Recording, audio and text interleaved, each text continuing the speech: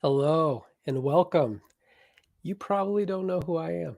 My name is Dan Bullock. I'm a board game designer, and I've been recently doing a series of podcasts interviewing other designers called Game Design Deep Dive. And I am happy to be able to borrow Fred's show for the afternoon, evening, depending on where you're joining us from. Home Alone. Got two great guests. One will be very familiar to you, Fred Serval and Catherine Ramen, who've both made games about the Paris Commune, and they are so distinctly different.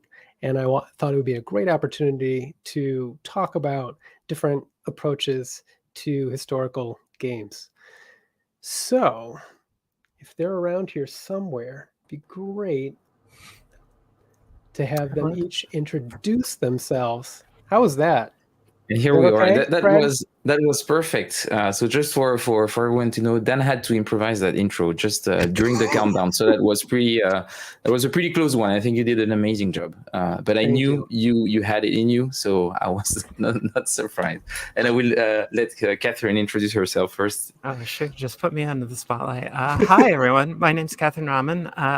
I'm the designer of a story game called Red Carnations on a Black Grave, which allows you to play two characters each during the tumultuous 72 days of the Paris Commune and ends in the Bloody Week and its horrific aftermath, which, if you know Fred, it's pretty horrific. It is pretty horrific, indeed. But thanks for I guess I should be next for the introduction. So thanks for the intro, Catherine. I'm Fred Serval. So some of you who watch the show will know who I am because I normally host this show. But I left the key to Dan for that session. So I'm invited to my own show. That's what I'm reduced to get invited to a wargame podcast. I have to invite myself. This is what I'm. That's pretty sad. I'm Fred Servat, but also when I'm not hosting this show, I'm also a game designer, and I've designed a game on the Paris Commune called Red Flag Over Paris that was released by GMT in 2021. That covers also the 70 days of the rise and fall of the Paris Commune. From March to the Bloody Week, so same kind of time period, but just very different approaches to representing the event through very different game format. So I'm super excited. So thanks, Dan, for inviting me. I'm very happy to meet with Catherine and actually get to likewise, Fred and Dan. Thank you for inviting me. You're welcome. I'm always happy to invite people onto Fred's show and then commandeer it to whatever ends that I happen to have at any given moment. So that's great. Normally I would ask you each to kind of give a brief overview of your games, but since I was already included in your introduction a little bit, I think I'm just going to kind of skip into my first of the real questions, kind of the meaty questions about the game. And so then you'll have an opportunity to kind of drill down a little bit deeper into how you approached this historic period within your designs with a little bit more granularity. So I guess what I would start with is, despite each of your games being quite different, both your designs actually adhere to a 3-act structure to unravel the events and the individuals in this historic moment. So what led to that decision? And I'll start with Catherine, actually, because she is a guest. It was actually originally 4 acts. Obviously, beyond just sort of like the commune does kind of break down into 3 sort of periods that you can talk about, where you have the early days where things are hopefully turning around and you have the great celebration of this working class revolution, the middle period when they're now actually in conflict with the forces from Versailles and things are going badly, but there's still a lot of changes being done. And then of course the Bloody Week, the 7 days when the army shoots somewhere north of 10,000 people in Paris. The other reason why that structure just naturally occurred to me was there's a pretty deep debt that the game owes to a earlier story game called Montségur 1244, which, if you can find a copy, highly recommend if you're interested in kind of historical role-playing games, which is about the Cathar heretics who were penned up in the castle of Montségur in the Pyrenees, and has a similar structure of this castle being sieged and then the final resolution. The 3-act structure grew out of that, and it became 3 acts in playtesting because the 4-act structure wasn't working. I'm discovering something. I was saying to Catherine before we started the show that I've never played a role-playing game, so for me it's a really new territory. And just hearing that there is a role-playing game about the Montségur et les Cathares, I'm like literally mind blown right now.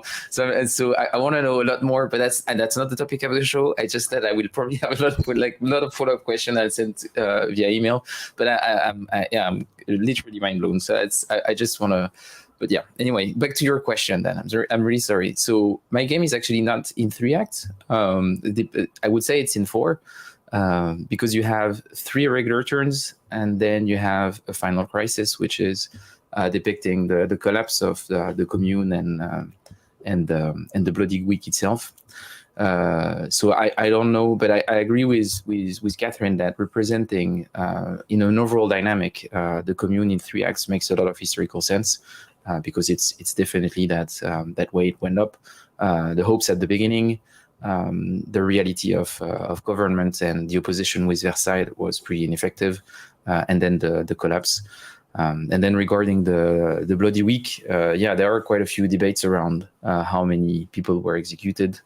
I have no opinion on the matter. I know that Robert Toms placed it at 7,000, Rougerie placed it at 20,000, and then most of the estimation are somewhere in the middle. It's pretty hard to know, but what we know is that it was awful, and a pretty dreadful war crime made by the very young Third Republic, which is maybe something that we might talk about, but that had, I think, a pretty significant impact on how much the story is being thought in France because of that.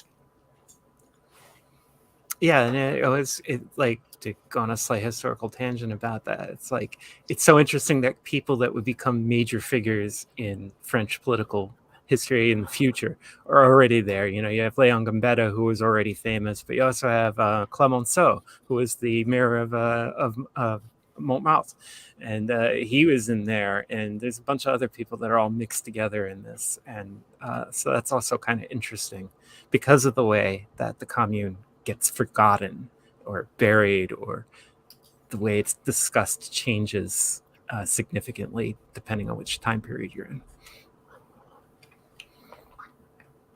Well, Fred, I had actually kind of thought of the final crisis as an epilogue of sorts, but yeah. I mean, technically, I have a prologue and an epilogue, so it's not 5 acts; it's 3 acts, but a prologue and an epilogue. So, but the thing is that if you say that the final crisis in my game is an epilogue, then it doesn't really respect the 3 acts as we're discussing with Catherine, because the problem with the final crisis is that it is the 3rd act. An epilogue for me of the commune would be what happens during the trials, and the fact that so many people were sent in New Caledonia and other places. For me, that's more the aftermath. Is probably more the epilogue than I wouldn't put the I will say, generally, in my experience from playing the game and running it for people, the 3rd act tends to be the shorter of the 3 acts. Is one of the requirements of the Bloody Week act is since everybody has 2 characters that they play during the game, in the Bloody Week, one of those characters has to die. So a lot of times the narration of events gets very caught up into the death scene of that character. So it tends to be a little bit shorter. It's not something people always want to dwell on too much. Let's dwell on this for a bit, right? Let's stew in it. I've seen it a couple different ways, sometimes very heartbreaking, but it does tend to go a little bit quicker. In a way that sort of was like a happy accident of the design in that it makes that whole section seem chaotic, which is what it should feel like. So it's an interesting storytelling device, but it's also in terms of framing the narrative of the game, where it comes to this head during this point where you're going to choose between these two characters, and all the characters within Red Carnations have like a relationship with another character. They have like these bonds and ties which are really being kind of explored in the previous acts. And in a similar way, so in Fred's game Red Flag Over Paris, you're coming down to these two events in the final crisis that are, they may have been played earlier, but generally speaking, players are kind of saving them for the end of the game, in the final crisis. And it's a little abnormal. Fred will probably disagree. He likes to disagree, but it's a little abnormal in a card-driven game to have event cards where these are what gets played at the end. There's usually like kind of a mandatory-ish event that would be played at a certain pivotal point. Like, wouldn't it be great if like if the Patriots like align themselves with France at some point to win the American Revolution? That seems kind of important to make this succeed. So then it'll be a card that we want to come up in the middle of the game or somewhere early in the game to make the rest of the proceedings kind of take off in a certain direction. But for the final crisis, Fred, it's like boiling down to these two events which are probably going to happen at roughly the same point in a lot of games, right? So do you want me to answer to that, to your attack on my design? That's what you want? It's not an attack on the design. No. I think it's no. It's I think it's a clever wrinkle. It's a little different. I think it's a very good point, and honestly, I'm not a big fan of mandatory events in card-driven games because I feel like they have a lot of interest in terms of pure mechanical concerns. If you want to really like make sure that some aspect of the historical event actually goes the way it's supposed to go, but in the way I see design, and the thing that I enjoy is actually giving players a lot of oh, wait a minute, I need to block a bot. Sorry about that. I want to give players a lot of hard decisions, and I think that mandatory events don't do that. They do the opposite of that. And I think it's taking away from the players. Of course, they always have the opportunity to decide when the mandatory event is going to happen. That's, of course, one form of control that they have. But I prefer those decisions to be very transparent. I like painful decisions, and I think it's especially for. And I think I really thought it was important for me to have ask players to make painful decisions for a game on this specific topic. That you have to make painful decisions for what is going to be pivotal for you. The player, depending on which faction you're playing. So, and I think it also works really well for a game of that format that is quite short, that you don't really have mandatory event, but asking from the players what is going to be mandatory for you, I thought was more interesting than having mandatory event like you would find in a regular card-driven game. That's an adequate defense. When to play the cards was actually a design consideration for me. So like the designer Red Carnations doesn't have that. Obviously, Red Flag Over Paris is completely driven by the cards and your choices about what they say. But so for Red Carnations, there are a number. There are 2 decks of cards. Well, there's more than 2 decks of cards, but there's 2 decks of cards that are about historical events.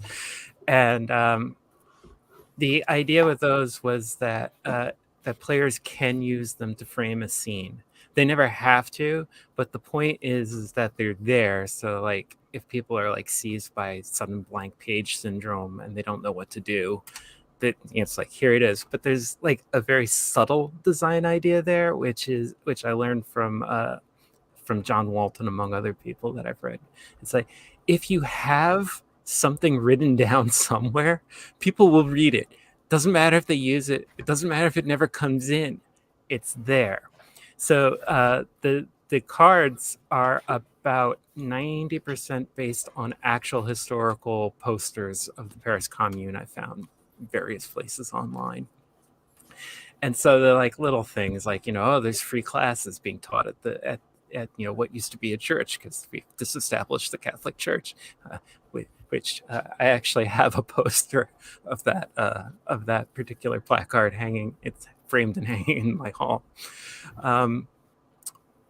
So I did have some consideration about how I wanted to break that up because some of the first decks used in the first 2 acts of the game, and like there's a jumble. There's some stuff that definitely happened later in history, and I really thought about whether I should break that out, and I decided it just wasn't worth the complexity to add that stuff in.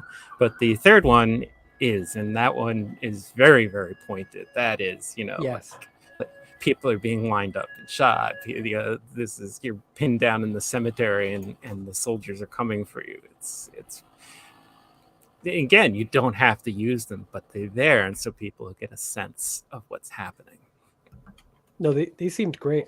Looking at too, like I've got the question cards here. Mhm. So you'd have like these great prompts on the reverse side of a card. So like something would be like, what story do you tell people about your father? Why are you ashamed of the truth? Name another character who knows the truth about him. Like they're really great kind of prompts to set up like player interaction, especially when you've established that two players' characters have a relationship. Yeah. Like basically being able to kind of build on that. And once you get kind of the awkwardness of the first act out of your way, like then the game starts moving on its own momentum, and then you're able to kind of build off of some of what you've already started. So the question cards are a little piece of tech that I was pretty happy with. They were something that came out after the first play tests, and they ended up working really, really well because it creates a large randomization factor in the game, because you can play the game several times, and for people who are worried about, hey, it's a historical game that's got a very grooved structure about what happens when. I've played it myself like 20 times in the playtests and everything else, and it's always surprised me how different each run can be, because you don't know what combination, you don't know how people are going to interpret the characters this time, you don't know which questions are going to arise that will suddenly make this idea important in this game. So yeah, but the questions I'm like really happy with. So it turned out really well. It's such an attractive box. It's just excellent. Much credit Just needs really to go to my editor and designer Jason Pitt, who had the idea to do the red on black cover. It Very looks amazing. nice. It's really Yeah. beautiful. Yeah. I'm almost jealous, but Don did also good work. But it's just that red and black, like it's really striking. I can see it behind you, and I think it looks awesome. Yeah. Catherine, I was going to ask, what are some of the challenges of presenting a historical context in an RPG Dear God. where players aren't familiar with the history? Like, how do you address those challenges? I know we talked a little bit about the question prompts, but Right. are there some other ways? So yeah, that really turns out to be a lot, doesn't it? There's some things you can do, like frame it very basically, like, this is an age of steam engines and telegraphs and rifles, but like not like machine guns or assault rifles or something. I mean, that's fine. There's a lot of stuff in the game that drives to give you the basic historical knowledge that you need to, as I have put it somewhere in the rulebook, to play your characters honestly. And like the details kind of aren't as important. So like during the course of the game, each act is introduced by having having a different different group of players read a very short paragraph. Trust me, they're very short. They're all under 100 words. I worked really hard to get them that short, because any longer than that would have been a disaster. And those just give you like a very brief sense of the things that are happening. There is a mood tied to each act that tells you like what like your general sense. Like the first act has optimism, and the second act, one of the parts of the mood is falsely confident, which is my favorite one. But the ultimate answer is a note I got very early in the playtesting from the excellent designer Jason Morningstar. If you're looking for a fun game, Fiasco is amazing. he said the history of the game just has to be what's at the table. It's going to be what people bring. I can provide a bunch of stuff. I can give you the placards that have actual historical events. I can give you the very short historical background as we play.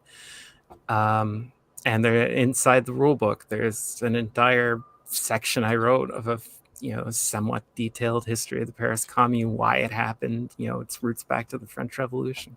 But ultimately, none of that matters as long as the truth of the characters and the truth of their situation comes through. And I think there's enough there to make that happen, generally speaking. That's great. It's a really refreshing approach too to historical games. There's some feeling of, sometimes you sit down to it and people have this intimidation factor, I would think, with a role-playing game versus with a board game where, I don't know, maybe part of it too is the way people approach historical games a lot is more out of an interest first before it's a expertise, I would hope. Yeah, it depends, because you do get a lot of people who self-select in. One of my favorite current games to play is a game called Good Society, which is a Jane Austen role-playing game, if you want to think about that for a second. But it can also be used to frame a lot of different things. My current favorite thing to do with it is to play Russian literature games with it. So but a Jane Austen RPG is going to have a high degree of people who have self-selected as Jane Austen fans, and they will come in with a ton of knowledge about what high tea should look like in the early Regency period of England. But at the same token, you can play it with people who don't know anything, and it will work fine, And Right. and in most groups, there will be that one. There'll be that person, So historical RPGs, I think, do self-select for that. Maybe this one a little bit less, just because, especially in the Anglophone world, the knowledge of the Paris Commune is extraordinarily limited, to put it mildly. And it's really kind of interesting because in the history of leftist discourse and world revolution, the Paris Commune is of tremendous importance. The interpretations of the Paris Commune drove to a fairly large degree the ultimate split between the anarchists and the socialists in the First International. Lenin used the Paris Commune as a reference all the time. Hell, there were people who were in the Paris Commune who were with the Bolsheviks. There is a rumor I have heard, I am sure it is apocryphal. Dancing in the Snow? Yes, I want to believe it, that on the 73rd day after the October Revolution, Lenin did a little dance in the Winter Palace because he had outlasted the Paris Commune. It is true. It is true. For me, it has to be true. It has to be true. Yeah. So I would not even accept a debate on that point. Yeah, it is true. It's not like something Lenin wouldn't do. Yeah, definitely. Sorry, I got distracted. I was thinking of a little dance. Oh, we have a pointed question in the comments there about there is a personal affection. Address? There is a question from, I think it's probably a good point to bring it up. A question from Alan, wondering if the designers harbor personal affection, won't say bias, for the Commune over the Third Republic of Versailles as the good guys.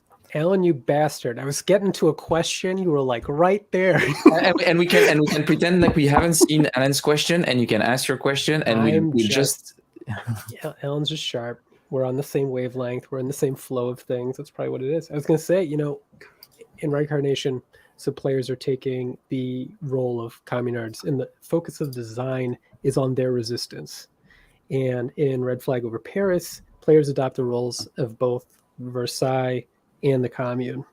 I was going to ask you both, how did you lay the boundaries of what you want to depict in your design, and what informed those boundaries? But Alan put it a lot more succinctly, so you can answer it however you'd like. He's had a little more zip. That's what I thought. Who should go first? Right? Go ahead, Catherine. Okay. So in terms of designing Red Carnations as a story game, I was initially attracted just simply to the dramatic setup of the Paris Commune. That it's very confined in time and space, and it has this ineluctable, inevitable tragedy that looms over everything, and so there's a lot of extremely strong role playing and storytelling things you can do with that. But in terms of how I feel about that, it's like the communards are extremely sympathetic. I mean, they wanted local autonomy. They wanted workers' rights. They were pretty good on women's rights, and they were all pro-education. There's a lot to admire.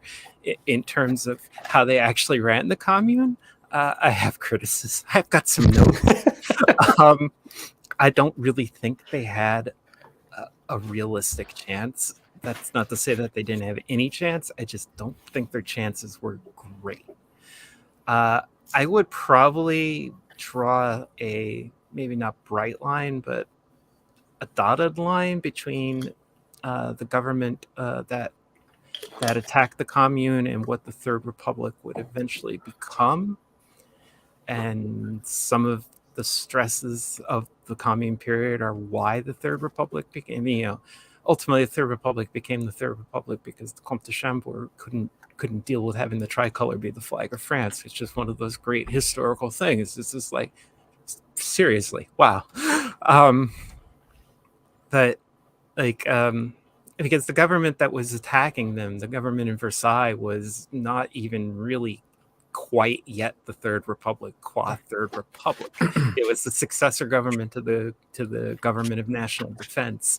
Its legality is interesting. I mean, the whole reason that it was constituted the way it was constituted is because Bismarck refused to sign a peace treaty with the government of national defense because he had kind of a point. It's like, who are you guys? You are the guys that just showed up and said you're in charge. You have no legitimacy as far as I can see. So that's why they had snap elections, which returned, surprise, surprise, a whole ton of monarchists to the National Assembly. So, it's very complicated, and the government is very closely associated with the guy who was in charge, Adolphe Thiers, who is one of those super fascinating guys in history, in that he goes from the left to the right basically by not changing his mind ever. In 1830, he was a screaming leftist who was trying to get rid of Charles X. In 1848, he was the moderate voice who was trying to hold on to some kind of constitutional monarchy, or God, I guess we'll do a republic again, guys. And then by 1871, he's full on conservative. Do you want me to? Yes, yeah, please. So just to build up on that, I would say that I completely agree with you, Catherine, that I don't see the government of Adolphe Thiers as being fully the Third Republic yet. So just to go back to Alan's question, I think talking about the Third Republic is different than talking from Thiers' government in 1871. It is the origin of it, which has its consequences. But if you look at what happened in the 30 years that followed within the Third Republic, actually a lot of the items of the program of the Commune got adopted: separation of church and state, a lot of efforts on education, and they actually had the political heritage that they had in the Third Republic was actually pretty consistent. It just happened. They were just, you could say, 30 years too early in some sense. So I think, first of all, there is this distinction. Then there is something that I think we need to be very clear about, and Catherine mentioned it at the beginning, the case of the Bloody Week. It is a war crime. There is no question about that. So, well, Versailles cannot be, it has to be the bad guys. Like, whether you're right or left, I think there is no debate here. You cannot, there is nothing that justified that level of violence. It was absurd, useless, senseless violence, and it is a stain that marks the birth of the Third Republic. And this, I think, no specific debate. Then coming to my own bias, I think people who follow me for a while will know that, of course, I have a bias in favor of the Commune, and that's for political reasons, like the political position that I have, some political activities that I had when I was younger, the fact that I am clearly I can say a Marxist, of course. So yeah, of course, I have sympathy for the Commune. And as Catherine said, it doesn't mean that when I'm looking at the Commune, I cannot be honest in what I see happened. I think there was a lot of mistakes that were made. And when I'm thinking about the balance of the game, I don't think also that they ever had a real shot at succeeding what they were trying to. There were some options to potentially end up in a probably not as bad situation as they did. I think they did have a window probably very early on in March. If they organized themselves to march on Versailles and force a negotiation with the government, I think there was potentially an opportunity here. If maybe some of the insurrection outside of Paris had worked out, maybe something would have forced the government in Versailles also to negotiate. But I don't think like a fully automated luxury communism in France in 1871 was a reasonable achievable goal, and I'm not sure it was their goal anyway. So you tell that to Louise Michel, because she really believed it was. Yes, but they were not ready for it. They didn't have the card for it. They didn't have the structure for it. But then again, so yes, I do have a bias. But what I usually say is that no one is neutral, and I would be highly suspicious of anyone who says that they have a neutral approach to a topic. If they do, usually they have something to hide. So that's my point of view. If someone tells me I'm neutral about that point, I'm like, okay, there is something fishy, and I'm worried. But the thing that I commit to is being honest in my depiction. But I cannot hide the bias. Of course, I have one, and it's a bias I'm proud of. But I just don't want to. I want to be honest about it in the way I look at the event, in the way I depict it, but also being honest about the fact that I have a bias to the players. I need to tell them, well, you're playing my game, and it's my view. I'm not an historian. I'm not doing an historian work. I don't have an academic constraint that forces me to be neutral or something like this, or try as much. I'm giving my point of view on the event. So yeah, I don't know if that answers your question or Alan's question, but that's my answer at least. It answers my question. We'd have to ask Alan to be sure.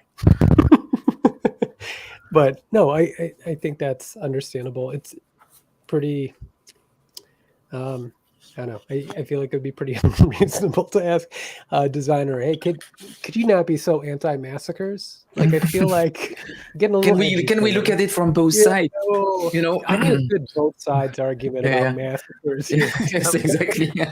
I will say that in earlier drafts of the game, like early on when I was designing it, I had this point where I reached where I'm like, all right, I've got my 12 characters. There's 18 now because we had Kickstarter goals, but I got the cast. I was very happy, and it had a mix of people. There were, there was a middle class doctor, there was a priest and a nun. I had all this stuff in there, and then I went to see an excellent movie that probably no one knows about by Peter Watkins called La Commune, Paris, 1871. It's 5.5 hours long and in French.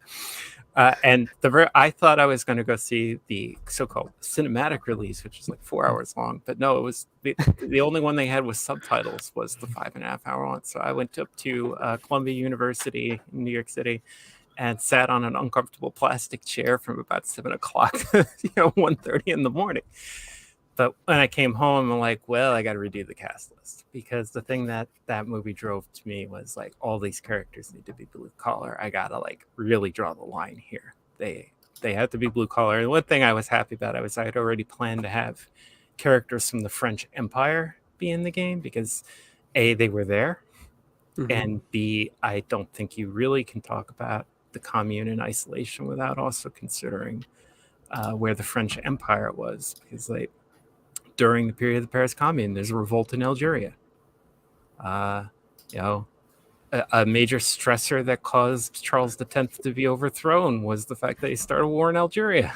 It's like all these things intertwine and come together. So that was really slick when I was reading through your rule book, like looking at the aftermath and how it, like the aftermath in Algeria, the aftermath in Martinique, like just kind of widening the scope, and then you can see how it touches on your characters and their kind of, diverse sets of backgrounds and everything like that. Fred won't know about this because this is kind of an RPG thing, but the concept of session 0 and like where boundaries are kind of mapped out what we're going to talk about, what we're going to cover, what people, their comfort levels are with various parts of the game. Lay a lot of groundwork. And board games don't have a session zero equivalent because often the player roles, they just don't demand the level of immersion that RPGs require. Nonetheless, the success of a historical board game, or really any board game, kind of demands a certain level of immersion, right? So I guess, oh man, I had a question there. This is where a podcast that you edited and you don't do live stream is great, because then I can just swoop in later and then it's just there. The gap just gets sewn up. Oh, I know what I was going to ask. So there's a really brilliant thing that I liked in Carnations, which is the montage sequence. It kind of gets us off. And I would love for you to describe that so any board game designers who are listening in can find a way to adapt that for board games and rip it off in some way. The idea of the montage is that we get a look at each of the characters in the game, the 2 per player. And the idea is that you just paint a little scene of them without any dialogue, just kind of like, here's Tarek walking down the streets of Montmartre carrying a French battle flag that he took away from one of the army officers or something. And you do this in 2 rounds, and that's quite deliberate, so that if somebody has an idea that maybe you think is, hey, that's a great thing to connect to my character, you get a chance to jump in.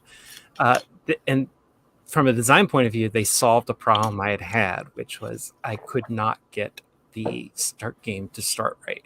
Like, I had always had this idea that it would start on March 18th so the Paris Commune starts because the French army gets sent in to take some cannons that, for complicated reasons, actually were not army cannons. They belong to the local National Guard unit, which is roughly equivalent to an American National Guard unit with some differences. But anyway, they had bought them themselves, was the point. And the crowd rose up and they didn't let them take him, and that was the start of the whole thing.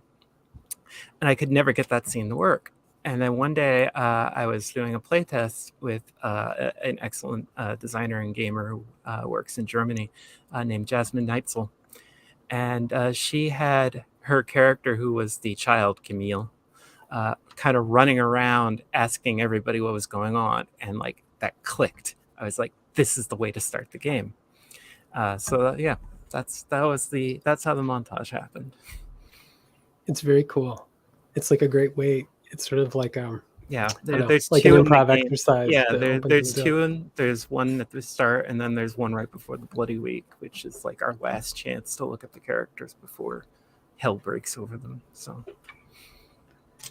I feel it's something that we could learn from, definitely, in the tabletop side of historical gaming. I never, of course, I didn't know. I got from context what a session zero is, but something to start the game actually before starting playing, because often I think that a lot of our games depict really complicated topics. And I think we're a bit too casual about how we approach them as players. And it might be due mostly to the fact that we don't really have material for thinking about what we're going to play before playing it. And maybe thinking about this as designers could be something interesting to do. And I'm reflecting on Red Flag over Paris, and I think I do a pretty poor job at that. The way I tackle it is making a really extensive historical notes that comes with the game, because the historical notes are basically like it's 44 pages to 10 pages of rules. So you have that imbalance here. But there is nothing that in the gameplay itself, in the game experience, actually walks the player through. Well, this is what is the event about, this is who you're going to play, and actually explains a bit more that context. Like, it's only something that's going to be voluntary if they enjoyed the game, they want to read the historical notes that are and they are. It's just an introduction, because in 20 like you cannot make miracles. Like it's not an historical piece of work, but apart from this and flavor text on the cards, there is not much actually to to get into it. I think it's for me it's a really interesting thought that this exists in historical RPG, and probably something that we should definitely get inspired from. I have no idea how, and you shouldn't feel too bad for it. Like the game rules are 52 pages of 128 page rule books, so the historical notes are as long as the rest of the game. Yeah. Together. So yeah, but it feels like just the fact that you have that session 0, I think is already doing something great.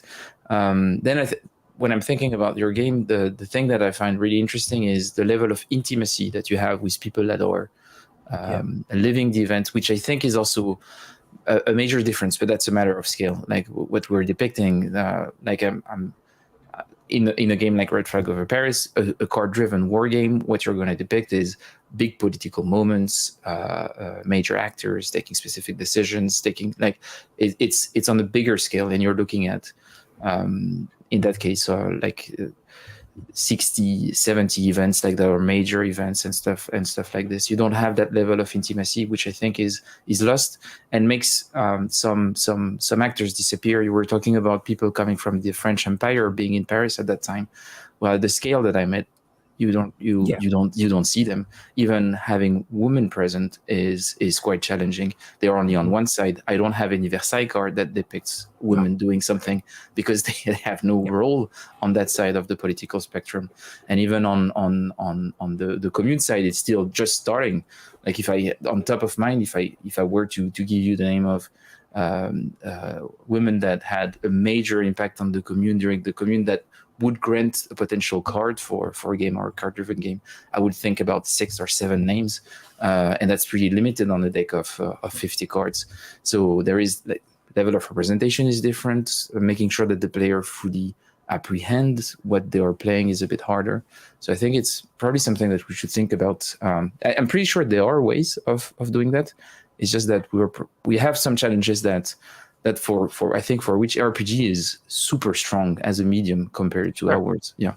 I mean, like the secret sauce of the game, as far as I'm concerned, and it's one of the things I used to tell people, and I would facilitate it. It's like the best way to play this game is to just play your characters based on their relationships and the notes you have on them, and not worry about the politics. Because you know what? The politics always happened. The game is intensely political. You didn't have to do anything extra. You didn't have to stand up and be banging your shoe on the table and trying to out-socialist everybody. That stuff that will just happen. But if you start with how do I portray a butcher's assistant who lives in Montmartre and is now given a rifle and told to defend the city? That opens up a whole different kind of way to experience the events of what was going on. And in some way, if you're just playing the game like you haven't read the book, some of your friends brought the game over. Hopefully multiple friends brought the game over, because they've all bought a copy. You won't know that much about what's going to happen, and so all these things will happen, and it will create hopefully a similar kind of connection where you'll create some kind of correlate with what people felt, but like some kind of correlate that you can have a window of insight into what they were, and that's all you can really ask, is to have a window of insight. I think that it's so important. That the sense of the history is going to be emergent from your focus on fidelity to character. From the context of the, and that was one of the reasons why moving everybody to be more like blue collar people in Montmartre ended up being important, because that creates a similar unity among all the characters. And even so, I've always felt that the best games are where at least some of the characters are being portrayed as either cowardly or anti or neutral about the commune, or trying to just people trying to navigate their life in this incredibly chaotic environment where things are literally changing every day. It makes the setting feel bigger when you're not encountering the same person all over in it. I mean, it's an interesting contrast, thinking about as like Fred and I designing like tabletop, like board games that center on historical events. You have this thing where you're trying to get people, like people don't come in intimidated typically playing those. Well, I mean, if they're intimidated, it's by the rule book and its length, if anything, more so than by, hey, I'm about to play like this historical game. What if I don't know much about the history? And then as a result, though, our history is going to emerge from kind of like, it's about like thematic mechanisms within the game, but then also there's like a layer of exposition. So there's probably like the narrative is going to come from the mechanisms, I think, like a little bit more, and then there's a little historical touchstones like, hey, like Fred's got this great deck of cards and they've got different personalities, you know, from this period, and you can read a little bit about them and their importance to it. What you can never make players read anything, but the hope is that they'll be able to kind of glean something from multiple playthroughs or one playthrough having played the game. But it's kind of interesting because, like, you know, what Catherine's describing is like the historical accuracy for is normally the burden of a designer, I think, in a board game. And for your game, there's a little bit of it on the players, wouldn't you say? Or at least the perceived notion from the player's perspective that like maybe they would be a little intimidated from like running the game or playing it if they weren't that familiar with, say, the content in your book. Yeah, or I mean, that's definitely something to be, you know, a little bit, you know, it's something that you have to think about a lot. That was one of the reasons I went with the historical readings. That, and like it was a good idea for Montsegur 1244, so it was a good idea for me too. But like the reason why I rotate those readings around the players is to force everybody to have to read this aloud, to like talk about what's happening, to vocalize it, and so everybody hears it. And ritual is an underappreciated component in a lot of games. Like board games have rituals, RPGs can have rituals, and that was a focus in like the early 2000, the late 2000s, early 2010s. There was a lot of focus on kind of ritual and RPGs and how that can mean, like there are games that use ritual phrases as a way to guide play, you know, like so not every game does that, but you know, they were there. So like ritual can be used to help pull you into the mindset of the game. And like, you know, board games have that ritual sense too, you know, like you have to do these things in this order, and like that's the way that happens. Yes. We will roll the dice with our hands as we have always rolled the dice with our hands. We will never use our mouth. Place them in their ritual cup or tower. Yes. No, I think that's a really astute observation, actually, in terms of like kind of how you use that as a touchstone when you're designing. And that's something that's kind of in the forefront. You know, most historical games are centered on military conflicts. And I think they treat the designs sometimes as an academic text of sorts, varying levels of success sometimes. But what guidance is there for designing historical games with more of a history from below approach, would you say? Yeah, that you know, like you know, I'm a middle class person who lives in a highly advanced and technological society. To like, there's no way that I can appreciate exactly what French proletarians were going through in the 1870s, except, you know, to try and universalize it to things that I know about. But like, to dig up that history is hard, and that's been a focus of a lot of historical work in the last X number of years. But like for Carnations, one of the important things I did is I hired a lot of sensitivity editors to read the stuff. I hired, for each of the characters are from the French Empire, I hired a sensitivity editor to go through and read it.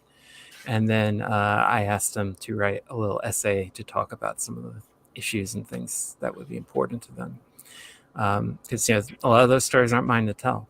Like you know, I'm happy to discuss, like, you know, potential stuff like queerness in the French Empire. Okay, yeah, maybe not the French Empire, but I'd be at least prepared to talk about that. But like, I'm not gonna pretend to tell you what it was like to be, you know, someone from Martinique or someone from Algeria in Paris at this period. But you can ask people to try and tell your story, and hopefully they will go on to tell stories. The Algerian sensitivity reader, Amir Aziz, they're a designer in their own right, and they do some really interesting games. So I highly recommend them.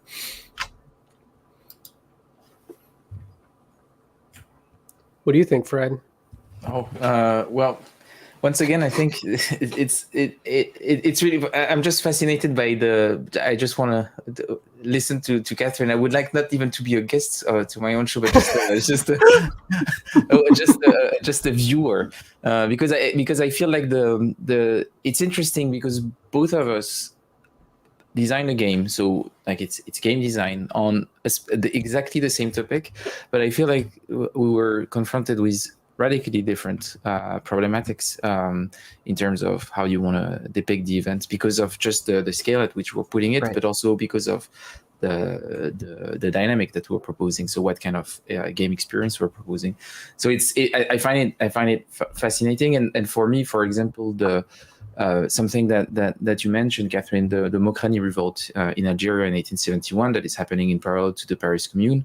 That is an early attempt at independence. So quite early.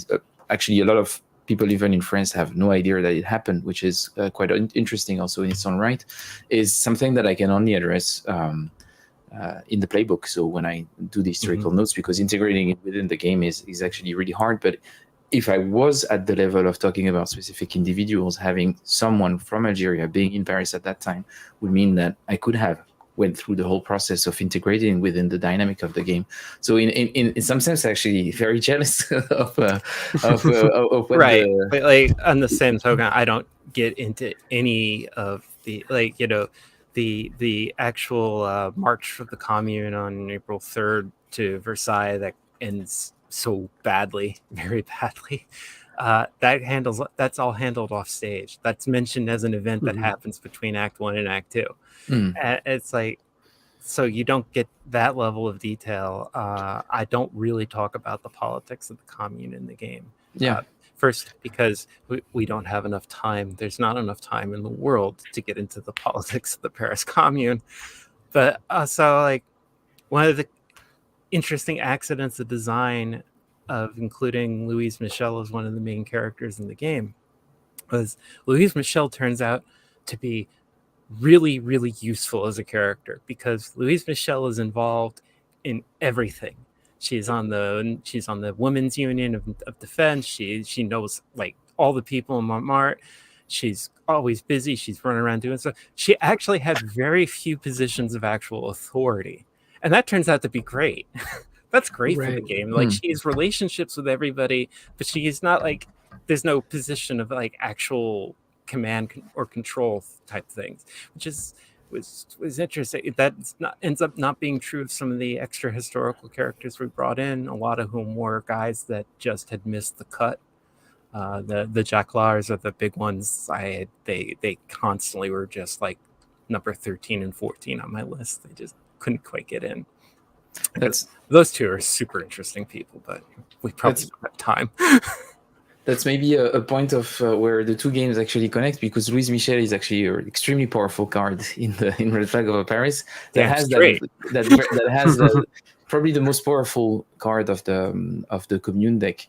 That has this ability of being useful, and it's one of the rare cards that can be useful both on the political side and the military side, because the game is split in two areas where you have the political struggle and the struggle on the ground. And it's true that she was. Admittedly, she didn't have any official power, but I think her effective power was, and the influence that she had, and the fact that actually people took to the streets on the 18th of March to protect the cannons. She also had a pretty pivotal importance at that. So it's interesting to think that power is not only legal. There is something bigger than that, especially in those moments. But yeah. So I think for the key characters, I think there is definitely a connection there in the games.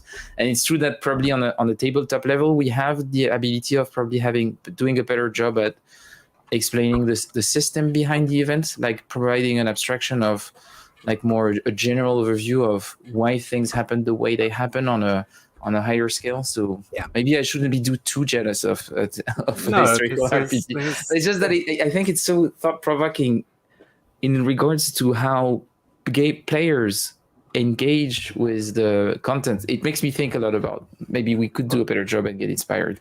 So clearly the answer is that we should find a way where like you could play Red Flag Over Paris and then do scenes Yes, with the characters in the commune.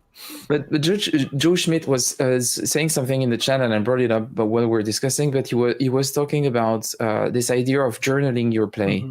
And I think that's a really great idea, and that's something that, so not for I didn't think about that for Red Flag Over Paris, because I had not played any games of Joe Schmidt before.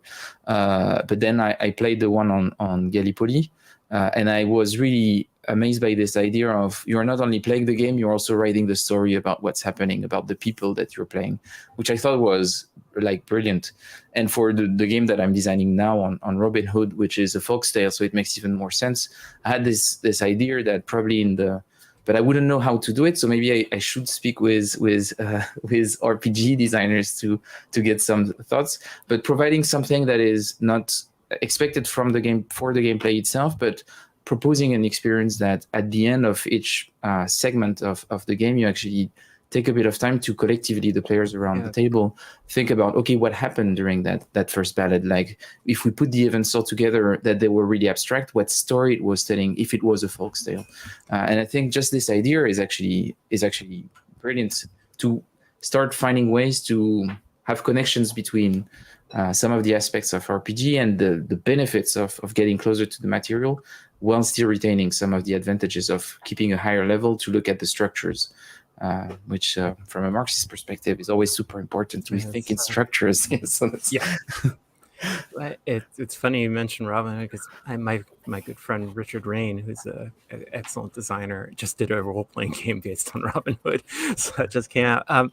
There are a lot of journaling RPGs that are kind of like the current hotness right now, where that rely on a lot of random prompts.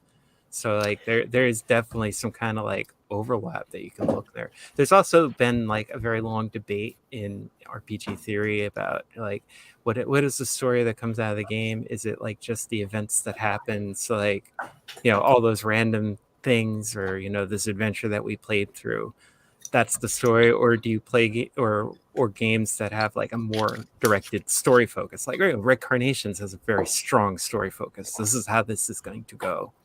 And like they're both good, and it's like not a question of what's better or what's worse. It's more like, what do you want to play? And some people really like, we played all this time, and that's the story that we have assembled out of that. And other people are like, I really want to tell this story that has like an arc that I can get into right away. So that's just sort of apropos of journaling in games. I know I kept a couple of campaign journals when I would like play solo Axis and Allies or something when I was a kid. The word on the ground. You know what I mean? day 141, blah, blah, blah. Yeah. But once again, the Germans tried to invade Karelia. Joe Schmidt actually has a game. His Gallipoli game has a journaling segment in it, and it's mostly just me eating it on bad die rolls, like pretty much the entire time, and then you journal about it, and just like all my entries are basically dice got me again. Brutal, savage. Just like all the games end the same way. But he was definitely the first person to kind of illuminate that. Hey, this could be working like be pulled into like more of a board game context or tabletop. And also from there, like I recently played Sam Lay's Anamnesis, which uses its prompts from tarot cards, but it's basically you're a character with amnesia, and you're basically trying to piece together. She was very kind and gave a review of Red Carnations on TikTok, which may have been how I first found out actually about Red Carnations. Oh wow! I will let her know that. Brings it all together. She's great. There's so many tarot card games out there now. Too. It's kind of what's interesting is there've been a lot of attempts to bring like gamification into RPGs too. Like Carnations has cards. And I love cards as an RPG device. I think they're really powerful. So I hope to never ever design another game like that because cards are so freaking expensive to try and produce. I used to like look at what the print on demand would have been for like doing drive-through RPG, and the unit cost was boggling. It was so much cheaper in the end when the Kickstarter hit well enough that I could justify ordering 1,000 units. That made it much cheaper to do the printing that we ended up doing. The cards are great, but yeah, custom cards are a pain in the ass. But there are a lot of really interesting card-based. One of the best is For the Queen, and there are several games that are based on that, which is all about you're on a mission with the queen, and she brought you on this and knows that she can trust you because she knows that you love her. And then the game is just you drawing cards that have question prompts, and you end up building this entire history of why this is happening and why you actually hate her guts and what you're going to do.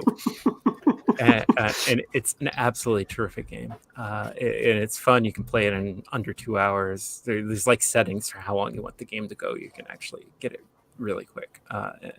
It's a very nifty little storytelling game.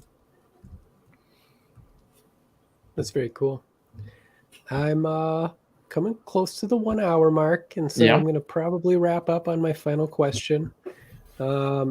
So we've discussed challenges specific to designing for the Paris Commune, and more broadly, like kind of historical designs in general. But what do you think is the primary challenge of designing a game in a revolutionary setting? That's really interesting. Like, a lot of revolutionary games don't, a lot of revolutions have not always ended on the side that we would like, perhaps, in history. So there are, I can think of a couple games where the revolution is fictionalized, so it's open-ended how it happens, or WO Makers did a game called Comrades, which is all about leftist revolutions. It's an RPG, and you can actually, there's like mechanics for how you can build a revolution that will eventually succeed.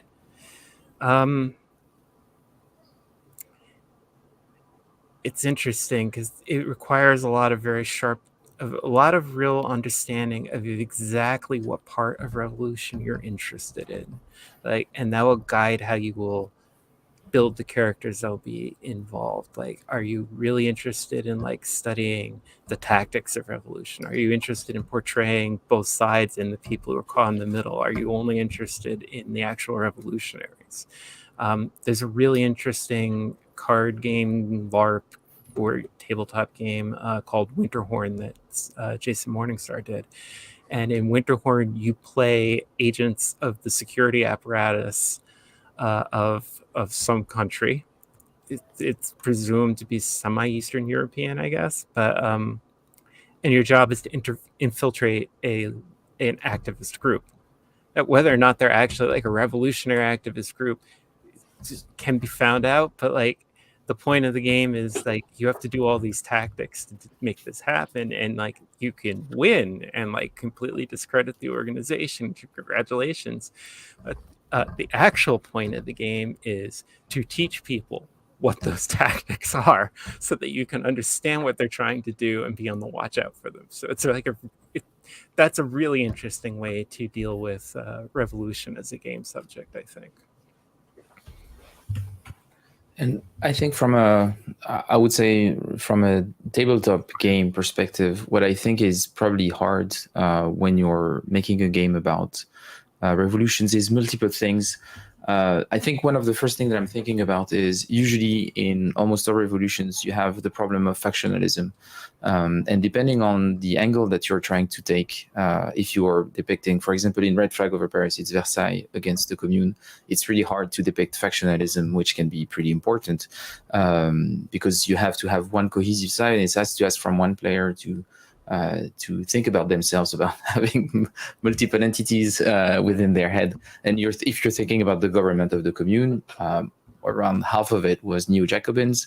Then you had a good portion of Blanquists, and then you only had less than a quarter of Internationalists, which became the major socialist movement after that. But it wasn't the case back then, especially in France. And factionalism played a role in the way the decisions were made, and in the lack of consistency in the decisions. And I think that's one of the first things that can be hard. I think it can be probably fixed by focusing on a specific side, but then you have another problem, which is how well you are good at depicting the other side if it's a non-player, because it could be a semi-cooperative game. Like you could have a Paris Commune game or a tabletop war game, like a bit very much like a pack system, where each player could be a representative of a specific faction within the commune and try to do their own decision, and you could have political decision from within. But yeah, I think factionalism is one thing. The other thing is that usually a revolution is within a single country, and that means that it's a civil war, and usually civil war is even more chaos in terms of information than a regular war, because it's a state from within that is being disrupted. So there is a lot of things that is really hard to represent: the importance of rumor, the lack of understanding, and sometimes in revolution, and you see it really very often, it's the same thing. For example, in 1917, sometimes things had a tendency to escalate, and it's extremely hard to understand what happened, why at this moment in time it was actually successful, why 1905 was never had that moment, and why 1917 had it. And it's really hard if you're thinking about from a Russian perspective. So there is a form of chaos, lack of information, nobody knows what's happening, and at some point something either awful happens or something quite miraculous happens, and I think it's really hard to depict in a game without making the game feel extremely random and removing agency from the players. So I think that's probably, I would see the two main, there are probably a lot more problems with depicting revolutions, but I think for me, like thinking about it right now, would be the main two things that I think are pretty hard to show. I mean, if some Finnish border guard had happened on Vladimir Ilyich during sometime in June of 1917, would October have happened? Yeah, so many things could have went a way or another. That's exactly, it's like there's so much chaos that you feel like you're just like virtually rolling thousands of dice and just figuring out what's happening. I will say a Russian Revolution is probably a lot more gameable than the Paris Commune. Yeah. I mean, I think you also have the benefit, as ineffective as the provisional government was, it's not like they were evil. My friend Eugene once put it as like, all those ineffectual aristocrats from Chekhov plays, well, they got put in charge of the government. But the thing that I see as a challenge for the Russian Revolution is there are too many things happening at once in too many different places, and I think it makes for a tabletop game experience a massive challenge. And I think that all the experiments that we've seen, and that's the reason why we don't have an absolute game about the Russian Civil War in the tabletop gaming circle, is not that it's people are not interested in the topic, is that not a lot of people decide to design a game on it because it is extremely hard. Even just the research for it to do a proper job is extremely painful. And the second thing is that actually making a design that is playable in less than 20 hours and that doesn't have 100 pages of rules is very hard. Triumph of Chaos comes pretty close of doing it, but in a way, he struggles to show the internal politics. He focuses almost only on the kinetic warfare. You do have the politic phase where you can work on the different factions and everything, but it is extremely abstracted. And I think it's the best game on the topic, but if this is the best game, it shows how hard it is to do, because it is not really a good game in depicting the Russian Civil War, but it is the best. I think that's kind of funny, because when I was writing Red Carnations, I was working on a parallel project that was about the Russian Civil War that will never see the light of day.